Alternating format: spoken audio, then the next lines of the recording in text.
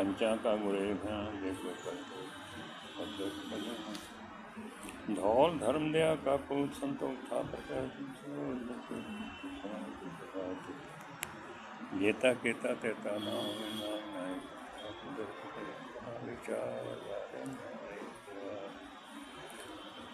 जो मैंने अभी धौल धर्म की बात की, धौल कहते हैं बैल को।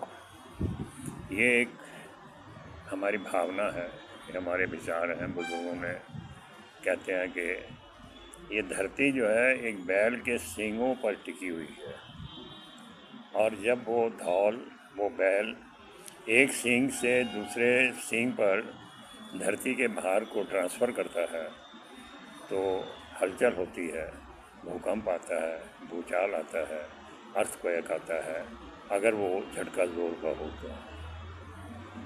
गुरबाणी एक प्रश्न करती है कि मान लिया तुम्हारी बात कि धौल के सींगों पर धरती टिकी है, धौल के पैरों के नीचे भी तो कोई ज़मीन होगी ना।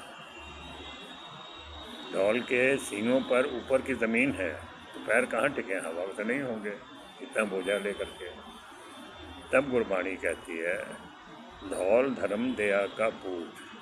ये एक हमारी कल्पना है, वो दया का बेटा है, धर्म है, सब कुछ है। और फिर कहते हैं उसका भार कहाँ है, धरती होर परी होर तिस्ते पहाड़ थले कमण जो।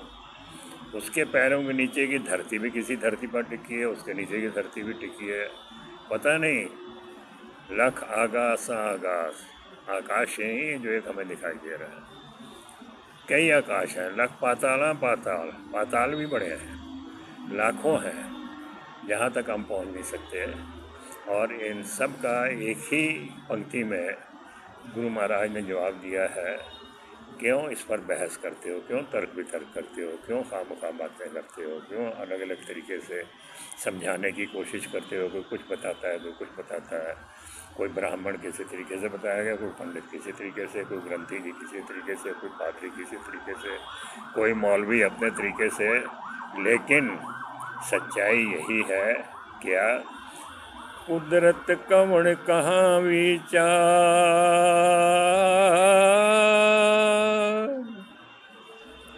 कुदरत पर हम बहस नहीं कर सकते।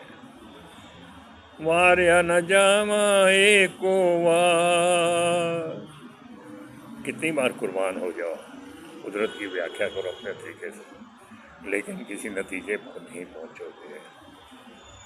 जो तुद भावे जो तिस भावे साई भली का, जो उसको मंजूर है वही भला है। हुक्म रज़ाई चलना, हमें उसकी रज़ा में चलना है। राज़ी हम उसी में जिसमें तेरी रज़ा है। और हिंदू शास्त्र भी यही कहते हैं, वही जो राम रचि राखा। राम ईश्वर को कहा गया, दशरथ पुत्र को यहाँ नहीं। काकर तरंग बढ़ाऊँ ताता, इस पर क्यों बहस करते हो, क्यों समय बर्बाद करते हो। अरे इतना समय है, खास करके आजकल तो समय ही समय है, तो कुछ उसका उपयोग करो, सदुपयोग करो, दुरुपयोग मत करो।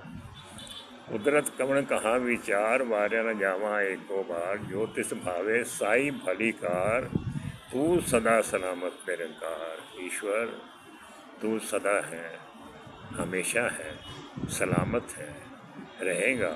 क्यों? क्योंकि तेरी कोई हद नहीं है, कोई गहराई नहीं नाप सकता, कोई हद नहीं नाप सकता। परमात्मा इतने दूर तक है, सारी सृष्टि में उसी ने बनाया है, सारी सृष्टि में वो समाया है। ज़रे के कायनात के ज़रे ज़रे में खुदा बसता है। तो भैया फिर ये क्यों कहते हो कि इधर खुदा है इधर नहीं? कण कण में भगवान, हर कण में, हर पत्थर में, हर कंकर में, बालू के हर टुकड़े में ईश्वर है। तो उसकी इज्जत करो, उसको उठा करके ढेले और पत्थर दूसरे पर मत मारो। ये हर एक का एक उपयोग है, उसका सदुपयोग करो।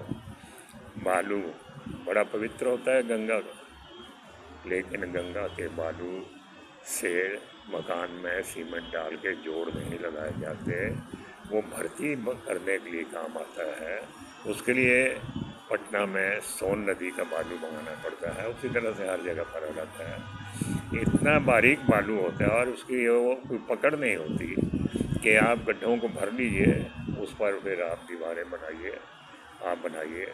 लेकिन वो गंगा क्यों ऐसा कुदरत ने किया है, इसमें भी उसका कमाल है।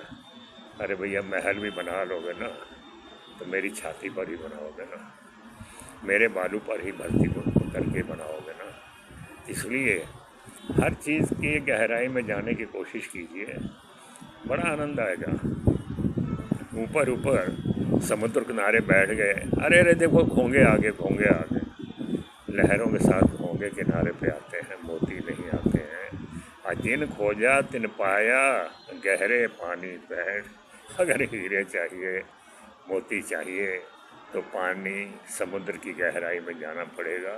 और जब जाओगे, उसी तरह से गुरुबाणी हो, कुरान शरीफ की आयतें हो, हदीस की बातें हो, बाइबल के अमेंडमेंट्स हों, और गीता और रामायण के दोहे हों, उपदेश हों, चौपाइयाँ हों, श्लोक हों, उनकी गहराई में जाओ, उनको समझो। ऊपर ऊपर से पाठ कर लिया, रस्म अदायगी कर ली, हाँ जी भाई जी पाठ कर लिया, हाँ जी पंज बाणियां से पाठ कर लिया, सुखमनी साहब का भी कर लिया। माफ़ करना, मैं तर्क वितर्क नहीं पैदा। कदे कुछ एक पंक्ति चुको और कहो जी दा अर्थ दस दो, माफ़ करना शायद ही वो दस पाएंगे। मैं कहना कितने लिखा कि 24 श्लोक पूरे पढ़ो सुखमनी साहब के। एक श्लोक दी, एक अष्टपदी दी, एक पद तो ही पढ़ो, लेकिन समझो। पहला पद है ना, सिमरो, उनका मतलब है रट लो। फिर रुक जाओ थे, सिमरो, आ जो रटिया है उसनों सिमर सिमर सुख पाओ।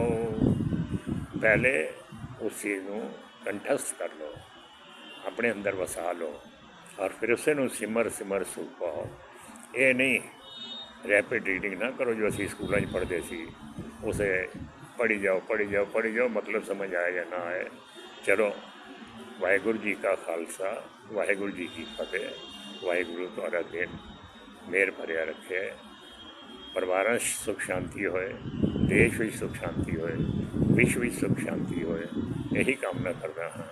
सत श्री अकाल, सत श्री अकाल।